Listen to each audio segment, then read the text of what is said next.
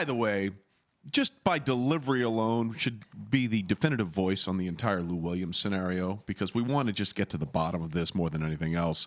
And a bunch of other things in the NBA. Kendrick Perkins is now with us this morning. Kendrick, how are you right now? I'm doing well. How y'all doing?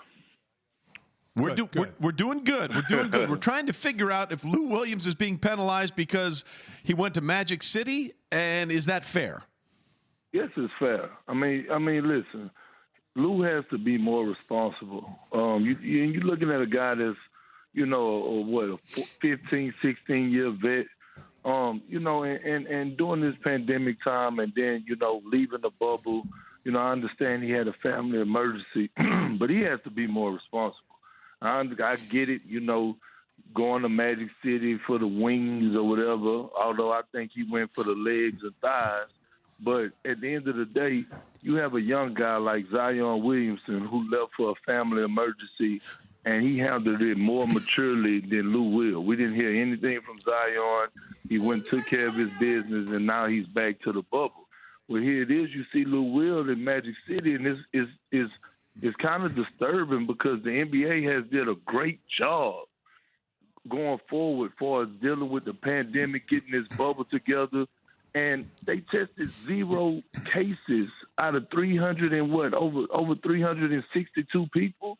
And now Lou going to Magic City and then trying to come back to the bubble is putting everybody at a higher risk. So he should be penalized. He should have to quarantine for 2 weeks to make sure that everyone is safe, because it was just irresponsible on his part.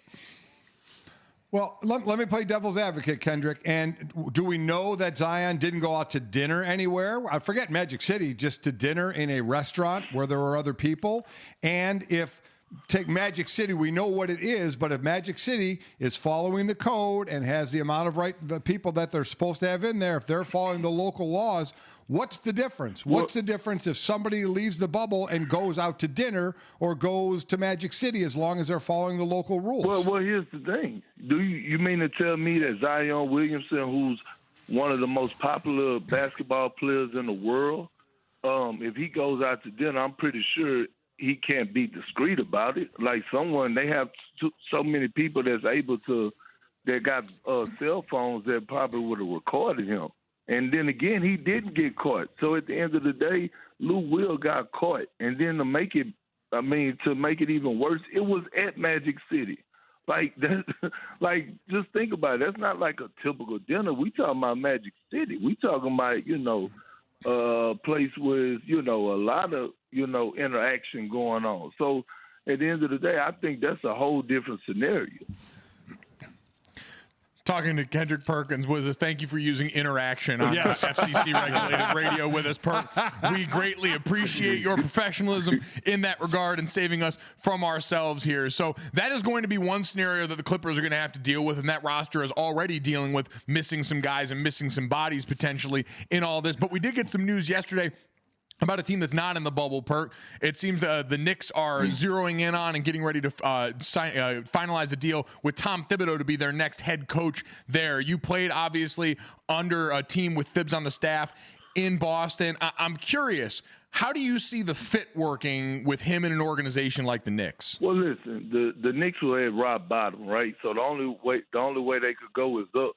And in my opinion, when you look at Tom Thibodeau, he's the true definition of what? Culture. And that's what the Knicks have been lacking. Yes, Tibbs is going to bring that winning mentality, and I get it. Everyone is saying, Tibbs has a history of running young guys into the ground, and, he sometimes he overworked guys or whatever. But, Tibbs has been out the game for, about a year and a half, 2 years. So he's had time to evaluate himself. He's had time to look himself in the mirror, and Tibbs is a smart guy. So he's going to make the adjustments that need be. But with that being said, Tibbs is a guy that he don't take any shortcuts. He's there at 5 in the morning, and the way that Tibbs carries himself, he holds everyone accountable by his actions, even the front office people, because of the way that he punches in the clock. So in my opinion, I think it was a great hire for them. Because that's the one thing that they need is a foundation and culture, and I think Tibbs is the right guy for that.